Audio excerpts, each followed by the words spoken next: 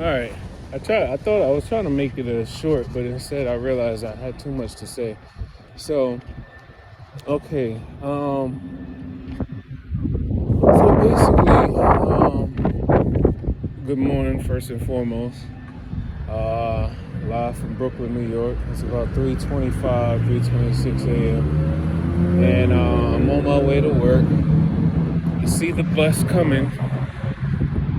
You see the bus coming. That means the bus is, basically running on its schedule the way it should be. I should be leaving from this bus stop at about 3:33. Now, okay. And people say, Chris, why do you tell about your locations and what times? Because why hide anything about yourself that they already know? And then if you know that they're going to try to set you up or try to do something to you, then why hide anything about yourself? You're already linked to the internet cloud server that they're using to basically monitor people's neural networks. You already know all these things. If you're fully invested in God, you no longer give it power that they basically are watching and following you and doing all these things. You no longer give it power. They basically are hired hitmen and women to basically try to see if they can track through the judicial system, through the criminal, system. You don't even worry about how they're trying to traffic you through digital sex system. You don't worry about that they're trying to traffic you or your children through the basically the child protective services system. Why? Because that's what they do. Remember, we're talking about principalities. We're talking about people who are basically being paid to actually help the elite get away with doing what they're doing. We're talking about people who don't realize they're being paid to basically help the elite have fun watching us go through the suffering that we're doing, because it's just like Hunger Games, right? And people don't realize that a lot of the films and the movies and the TV shows that are being produced and written and directed, they're based off of either ideas that's coming to fruition, or they're based off of real life events that are dramatized for viewer enjoyment. But they're all based off of real things that either has happened or going to happen. Just like how it's not a coincidence that, like, if you're like me, you notice to some degree, whenever you experience gang stalking or targeting to some degree, you start to notice specific cars. First thing you do is you notice the people's energy around you. You notice their energy, right? After you notice their energy, then you notice, what are they driving? Once you take a note of certain things that they're driving, like for me, one thing I notice a lot are white cars, black tinted windows. White cars, black tinted windows. White cars, black tinted windows. I know for a lot, to speak on other things, certain things that's not necessarily, gang stalking related, they'll be like black cars, black tinted windows. But then that could also be like unmarked undercover cops as well, But anyway, so basically, I had a dream. I'm not sure if it was dream manipulation or whatever the case may be, but I had a dream. I woke up about 2:45 a.m. Didn't necessarily have a beginning to it, just like how Inception. And I recently just rewatched Inception, right? And It's funny how Leonardo DiCaprio's character, he's like, you ever notice how in a dream you don't remember the beginning of it? You just kind of wake up in the middle of it. And then, it's crazy because, Inception is literally, it's like the most perfectly described, like, version of what dream manipulation truly is. Good morning. Oh, shit.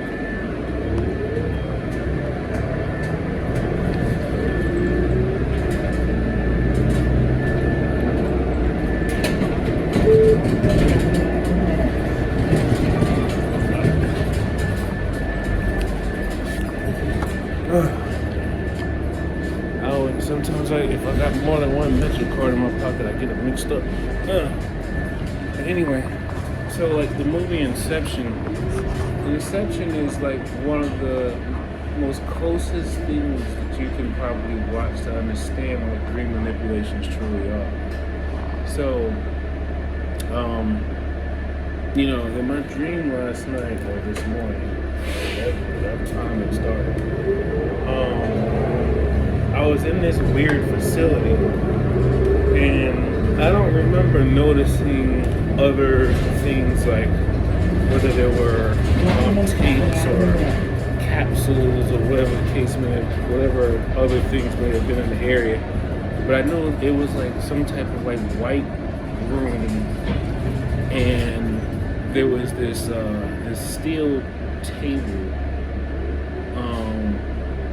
and for whatever reason there was something that looked like a vampire sleeping with like no arms and no legs, but it basically just had like a torso and a head. It was about the size of like a bat, right?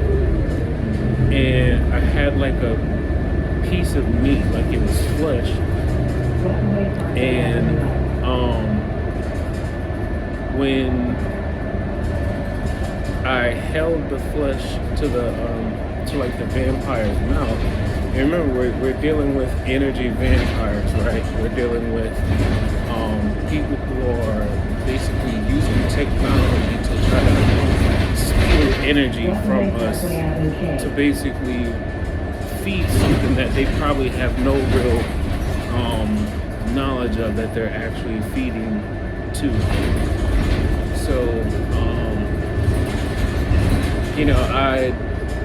I took the flesh of, I don't even know what this flesh was of, but it didn't look like human flesh or whatever, but it was just something that was like rare. And then like I put it to this vampire's, mouth, and then it woke up, and then it started to feed. I was making sure that, well, funny thing was, it looked like it tried to start biting my hand, but it couldn't necessarily get a grip of my hand. But once it got the grip of the flesh I was feeding it, it fed off of that. So that's symbolism too. So I started to feed it. So while it was feeding, I found myself asking this thing. I said, and I hope I wasn't making a deal. No, it didn't feel like I was making a deal, but it felt like I was pleading for help, even from something that's looked at as something that's, an enemy, but in essence, it's not truly an enemy. It's basically just feeding for its survival. So it was like I was feeding this thing, and I started talking to it, and I was just like, we're going to need your help. And even though you were seen as something like an enemy, but we have a common enemy. We need your help to fight something that's basically even more powerful than you. And then when I said it's more powerful than you, it like, okay, there's a train in the station, that's a good sign. Alright, thank you. I I did not bring my rain gear, and it looked like it's about to rain today. I should have read the report. But anyway,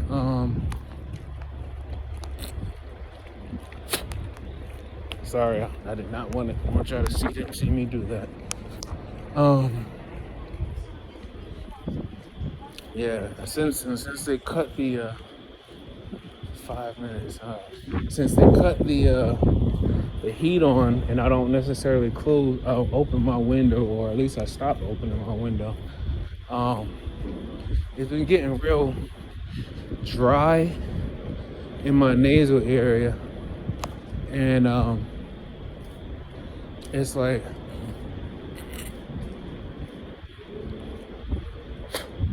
I don't know if there's kind of like an infection in my nasal area, but this happens very rarely. And whenever I try to like pull from, like somewhere in my nasal cavity, if I try to pull from something up there, it feels like something is coming out. And then whenever I look at, what my mucus would look like after I get it out, it'll look like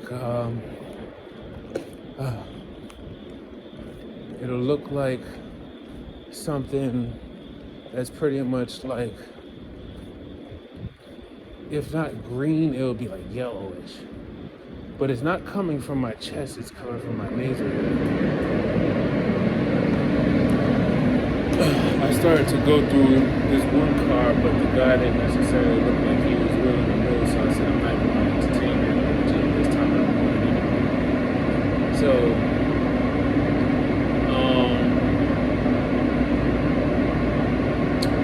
right. So I was talking to this thing, and while it was feeding, it was listening to me. So I was just like, we're going to need your help against an enemy that's a common enemy, but it's also more powerful than you. And the funny thing was, that thing, its eyes said, and then it basically stopped feeding and then tried to go back to sleep. I was like, wait. And then that's when I woke up. I was like, damn, even the vampire don't want no beef with this thing. So then that's when I realized, I was like, yo, I think I even tried to plead with a creature that knows that even it is afraid of this beast that is basically trying to cross over into our world, and these like with CERN and probably NASA too, the CIA, the FBI, the military, they're all trying to discover more about this dark matter and antimatter, and trying to figure out how to open up more portals and things of that sort. I realized we as target individuals, we're going to need to find more ways to increase our vibrational frequency, because we need to increase the light that's in us. We need to become as bright as we possibly can, and we cannot risk darkness basically overshadowing us. We have to actually continue to increase our vibrations. We need to make ourselves brighter than everything that is working and operating in this world against us, because that's the only way. We can't be quiet. We can't, be afraid of losing our life. We can't be afraid of going to jail or prison, because if we show fear, we're lowering our frequency, and then we're also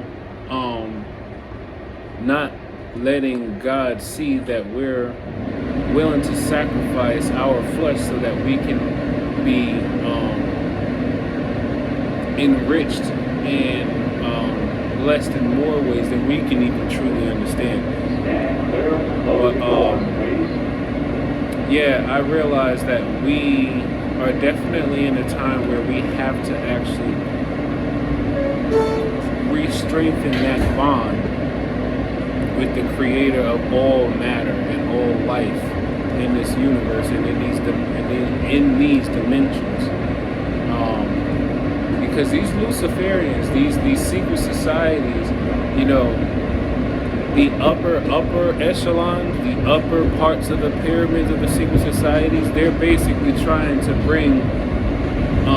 bridge the gap between, you know, let's call it Dante's Inferno and then the real world. They're trying to bridge the gap.